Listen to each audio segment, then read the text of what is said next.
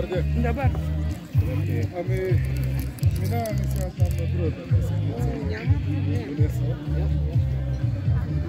Надявам се. На здраве, аз още...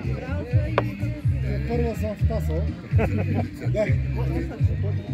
Тасъл значи по-добре да си чакаш на центъра и тук. Да.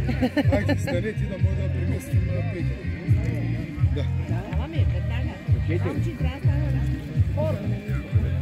Давай. А, готово.